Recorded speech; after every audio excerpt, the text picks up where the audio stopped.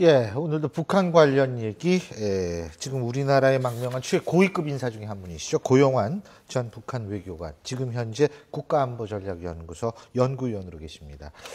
지금 스튜디오에 모셨는데요. 어서 오십시오. 안녕하십니까. 안녕하십니까. 아니, 먼저 말이에요. 오늘 9월 9일인데, 전 아까 그 방송 서두에 구구데이에 우리나라 치킨 장려하는데 북한은 그게 뭐 국경이래요? 예, 오늘이 국경일입니다. 뭐예요, 하는 날이에요? 그러니까 이른바 국경이라 조선민주주의공화국이 창건된 날이고, 쌍십절은 쌍십절은 당일 창건된 날이고, 창건일이고, 오늘은 구구절이고, 아하. 그래서 10월 11일 구구절 그러는데 77절은 없어요? 88절은 없고? 없습니다. 없어요? 727이 있습니다. 전승절. 전승절. 예. 자, 근데 말이에요. 예. 김정은이가 쿠바 2인자 그를 만났다고 그러는데 이게 2년 2개월 만에 외국 대표단을 만났다. 그렇죠. 아니, 쿠바 물론 몇 개 안 남은 사회주의를 표방하는 국가지만 그래서 그렇게 파격적인 대우를 해주는 거예요? 왜 그런 거예요? 그 지난해 몽골 대통령이 갔었는데 김정은을 못 만났어요. 그리고 2013년도에 전승절, 이른바 북한의 전승절에 중국 국가 부주석이 갔을 때 만나줬고 그다음에 쭉 안 만나주다가 이번에 쿠바 2인자거든요, 저 사람이. 뭐 국가평의 부의장, 내각 부총리 겸하고 있는 사람인데 저 사람을 만나주고 아주 요란한 모란봉악단 공연도 보여줬는데 그거는 뭐 간단하게 생각하면 뭔가 하면 지금 쿠바가 미국하고 얼마 전에 외교관계를 맺었고 아바나에 미국 성조기가 휘날리고 있습니다. 네. 그래서 얼마 전에 이수영 북한 외무상이 쿠바에 갔어요. 제발 남조선하고는 미국까지는 이해를 하겠는데 남조선하고는 외교관계 맺지 말아라. 우리 같은 혁명 동지고 같은 참호를 쓰는 동지 아니냐. 근데 그것도 좀 못 믿어오니까 이번에 쿠바의 2인자를 초청을 해서 제발 좀 너네만이라도 남조선하고 외교관계를 맺지 말라. 우리가 잘 봐주겠으니까. 그런데 뭐 북한이 쿠바에게 해줄 수 있는 건 거의 아무것도 거의 없고 그냥 쿠바가 북한에 이따금씩 설탕가루 공짜로 주는 거. 사탕수수가 발달된 나라니까 롬수라고 설탕, 황탕이라고 하는 누런 설탕이 들어가는 것밖에 없거든요.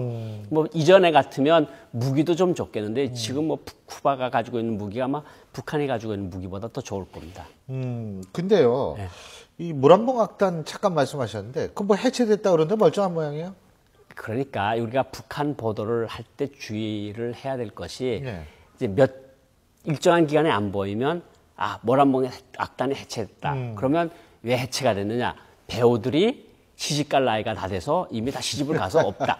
이런 식의 자꾸 이게 소설 같은 얘기들이 자꾸 번지는데 아마 지방을 공연을 다니다가 지금 온 것 같고 뭐 일이 있었으면 또 뭔가 좀 사실 이설주하고 굉장한 연관이 있는 악단이기 때문에 그렇게 쉽게 없애버리지 못할 거고 정말 지방 공연을 하다가 돌아왔을 가능성이 크고요.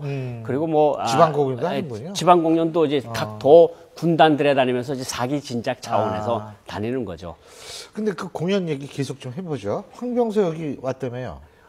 그 황병서가 왜 우리 8.27 8.25 합의, 남북 합의가 있지 않았습니까?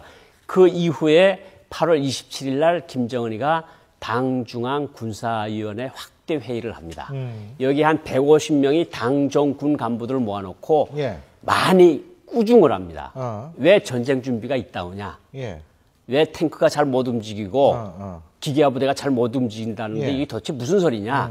그래가지고 화를 많이 내서 군부가 그 다음엔 싹 없어졌었어요. 군부가 없어졌다는 걸 어디서 알 수 있는가 하면 그 다음날 8월 28일 날 사련에서 김부자 동상 제막식이 있는데 군부에서 나온 제일 높은 사람이라는 게 우리로 말하면 국방부 차관인 인민무력부 노광철 제1부부장만 나오고 총참모장 황병서 인민무력부장 박영식 셋이 다 안 나왔었어요. 그리고 그 다음에 평성에서도 사건이 있었는데 안 나왔고. 근데 이번에는 이 행사, 쿠바 행사하고 어제 진행된 조선민주주의공화국 창건 67돌 중앙기념대회에 황병서가 나왔는데 역시 박영식 인민무력부장은 계속해서 안 나타나고 있습니다. 그럼 그게 숙청됐다는 얘기예요? 그건 뭐 숙청이 주특기니까 뭐 북한은 숙청 아니에요? 그러니까 8월 27일 이후부터 지금 10여일 동안 계속해서 북한 어떤 매체도 나오지 않고 있는데 뭐 두 가지 가능성이죠. 아직 반성문을 쓰고 있을 가능성. 아니면 반성문에 뭐 있어요?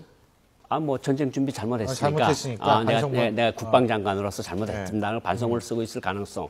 아니면 숙청됐을 가능성. 숙청이라는 건 물론 처형은 아니라 뭐 아오지 탄광에 보낸다든지 이럴 수도 있는 거고. 뭐 아니면 소장으로 별을 3개를 떼서 보냈든가. 진짜 김정은 주특기가 별 떼다 붙였다는 거 아니에요? 별 떼다 붙였다가 그 사람 특기 아닙니까? 군부를 휘어잡는 가장 중요한 방법 중에 하나인데 이제 조금 더 기다려 보면 이제 10월 10일 또 있을 테니까 10월 10일까지 안 나타난다 그러면 숙청된 거는 거의 확실하다고 봐야죠. 쌍십절에도 안 나오면 그렇다. 예. 근데요, 또 한 가지는 참 김정은이가 희한한 짓을 했는데 전 이게 무슨 얘기인가 그랬는데 남한에서 경제차관을 끌어와라. 이렇게 지시했다는 얘기가 있어요. 아니 이게 지시한다고 되는 문제입니까? 뭐 우리는 뭐예요? 그럼 우린 이건 아니잖아요. 지금 우리가 북한이 우리에게 진 빚이 3조 5천억입니다. 그게 경수로 이런 것까지 다 합친 거죠? 경수로 쌀, 경공업 필수품, 원부자재 들어간 것이 3조 5천억 원인데 김정일이가 항상 김정일은 그랬어요. 김대중 대통령 북한에 갔다 온 다음에 6.15 공동선언 이렇게 나온 다음에 우리가 적들로부터 저건 남조선이죠. 적들로부터 우리가 항일 유격대식으로 전리품을 획득하는 건 아무 문제가 없다. 차관이 전리품이다? 전리품이다. 우리가 바치겠다 그러는데 우리가 갔다가 우리 혁명에 이롭게 쓰면 된다. 그래서 그때부터 한국에서 주는 모든 차관이나 경공업품이나 원부자재 식량을 김정일 장군님이 전리품이라 그랬는데 이건 지금 탈북자 단체가 주장을 하고 있고 이제 바깥에 소문이 도는 건데 이건 제가 그냥 소문이라고 말씀을 드리겠습니다. 근데 김정은이도 똑같은 방법으로 전리품을 획득을 하라.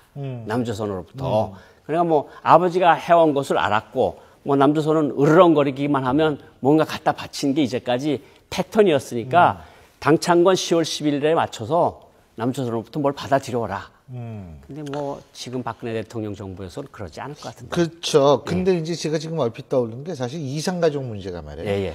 우리나라 입장에서 볼 때는 인권 문제지만 북한의 입장에서 볼 때는 정치 문제거든요. 그렇죠. 그러니까 이게 공짜로 이산가족을 상봉 이런 거 별로 사실은 그러니까 뭔가 경제적인 의도가 있지 않습니까? 예를 들면 금강산에서 하자. 이건 금강산 관광을 염두에 둔 거. 그렇죠. 그렇다면은 차관 들여오라는 거하고 이산가족이 또 연결되는 거 아닙니까? 아니 박근혜 대통령 저도 통일준비위원회에서 몇 번 회의를 참여해서 봤는데 박근혜 대통령은 확실해요. 뭐 이렇게 크게 쌀이랑 비료 수십만 톤씩 주는 그런 일은 안 하겠다.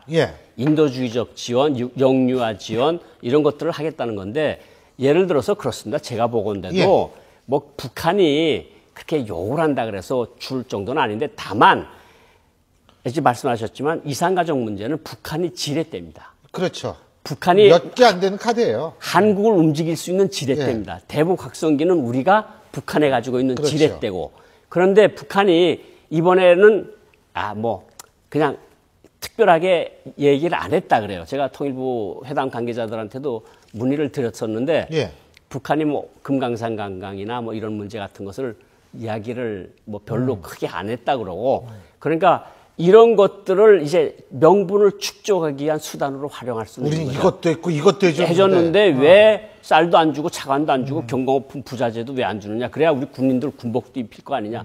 이런 논리거든요. 알겠습니다. 자, 좀 다른 얘기 하나만 더 해보죠. 북한 내부 영상이 공개돼서 화제인데요.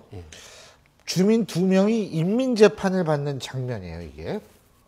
근데 이게 2명의 죄목, 이 영상 속의 남성의, 아까 우리가 잠깐 그 영상 한번 봤는데요.